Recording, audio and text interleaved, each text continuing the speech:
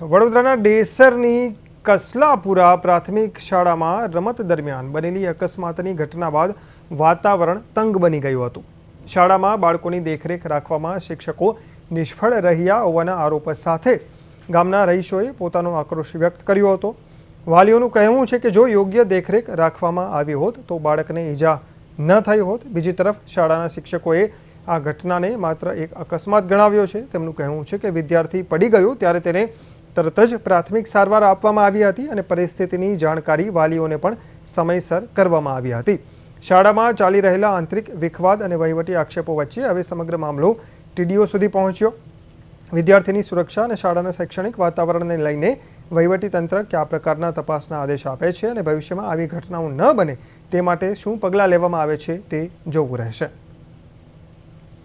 કોઈ પણ કાર્યવાહીની અંદર માસ્તરો બિનકાળજીથી શાળા ચલાવે છે, બરાબર, અને એની અંદર કોઈ પણ છોકરાઓને એક પણ પલાખું પૂછે તો આવડતું નથી। 24 કલાક માટે એ મોબાઈલ ઉપર રચા પચારે છે, બરાબર, અને છોકરો એમની રીતે જ કામ કરતો હોય છે કે જેમ ફાવે એમ। અને કાલે એક અમારા છોકરાને પણ પડજી ઉપર પડવાથી એને અહીં અંદર વાગ્યું છે અને 500 રૂપિયા દેવાના।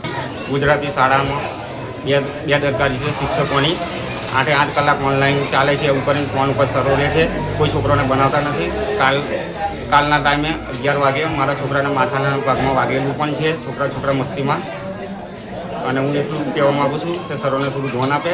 અને આ તો આચાર્યના ત્રાસથી હું કંટાળી ગઈ છું। 2 વર્ષથી મને ચાવી આપતા નથી અને વાસણ બધા ખોવાયા છે ગેસના બોટલથી મળી। તો કોઈ જવાબદારી એ લેતા નહીં હવે, અને આમ ચાવી મને આપતા નથી તો કે તમારામાં આવે એમ। તો મને ચાવી આપે તો હું જવાબદારી લઉં ને। શેમાં નોકરી કરો છો? એમડીએમમાં સંચાલક। ગવર્મેન્ટ સર્વન્ટ જ નહીં એમ કહેતો ચાલે। 1947 વખતની કંઈ કરતો જો કોઈક સારા વ્યક્તિ આવે અને શિક્ષણનું સારું કાર્ય કરે તો કંઈક અમારો છોકરો આગળ આવે। હવે આ પ્રાર્થના કરવાની હોય તો 11 વાગ્યા લગન પ્રાર્થના ચાલુ રાખવાની।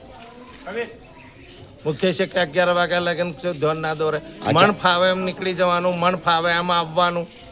આ તો કઈ બુડી બોકડીનું કઈ ખેતર છે? આજે તમે રજૂઆત કરવા આવ્યા હતા કે તાળાબંધી કરવા? રજૂઆત બાળકો મધ્યાહન ભોજન જમ્યા પછી 10 મિનિટ માટે થોડા રમતા હતા બાળકો। હવે એ સમયે બાળક પડી ગયું અને એને પડઘી વાગી ગઈ। હવે અમે પણ બાળકને અહીંયા ફર્સ્ટ એડ બોક્સમાંથી લગાવીને એને પૂછ્યું કે ભાઈ તારે શું થયું છે? તો બેટા કે ઓછું વાગ્યું છે સાહેબ, એ રીતે એને જવાબ આપ્યો। એના વાલીને પણ અમે અમારી રીતે ફોન કર્યો હતો અને અમારું શિક્ષણ કાર્ય છે અમે